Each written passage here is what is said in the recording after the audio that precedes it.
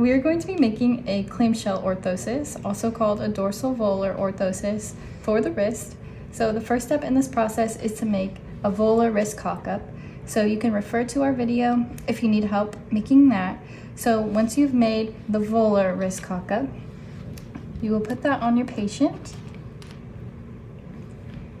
And we will make the pattern for the dorsal aspect now. So you'll put the paper towel on the dorsal aspect of their hand, wrist, and forearm.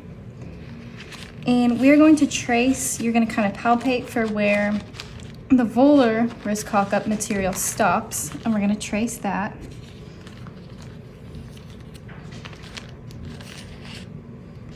Then you will go just proximal to the MCP joints. And then again, on the radial side, I'm just palpating where the material is and tracing that. And then we want to go 2/3 the length of the forearm. So when you are done, your pattern will look something like this.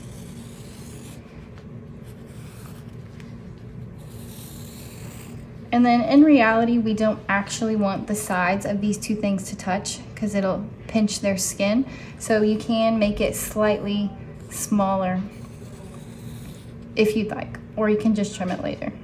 While the material is heating up, you will want to cut out a little pad and put it over the ulnar head just to create the negative space in the dorsal part of the orthosis.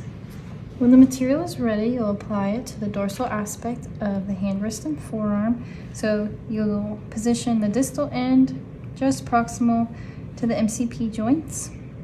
And then you're just going to mold it to the forearm. The wrist should already be positioned in neutral because of the volar aspect.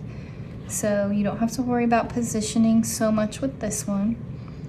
And I am just molding it to the dorsal part of her forearm here. It is a little long, so I am going to need to trim the sides.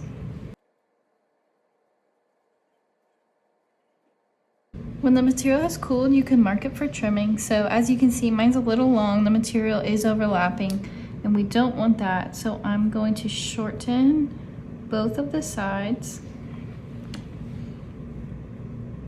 Also around the thumb hole here, it wraps around here and that's overlapping, so I'm going to trim that as well. It looks pretty good distally. It might be a little high here on the index, so I'm going to take some of that off as well. Here's the orthosis after trimming. So I trimmed the sides and around the portion of the thumb just so that the material is no longer overlapping. I also applied the Velcro, so you'll put one strap around the base of the forearm, one just proximal to the wrist, and then one on the dorsum of the hand that kind of follows the angle of the hand. Then for the volar portion, same thing, so one around the base of the forearm, one just proximal to the wrist, and then one on the side of the hand. Then we'll make a strap, a special kind of strap to attach at the thumb portion here.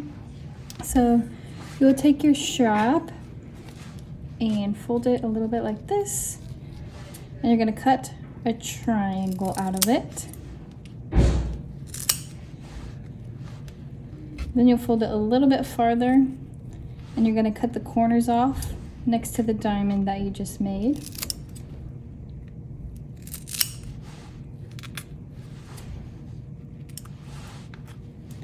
And then I like to round the corners here as well.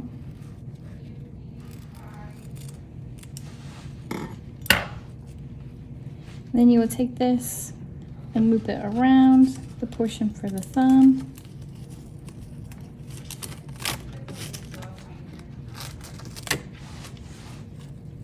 And then it can attach around the hand like that.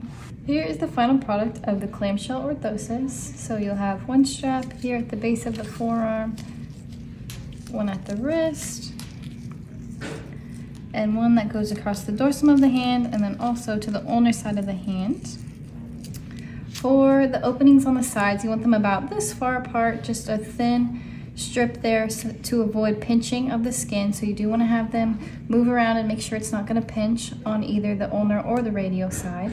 And then also you want to have them flex and extend at their MP joints just to make sure it's not going to rub there on the dorsum of the hand.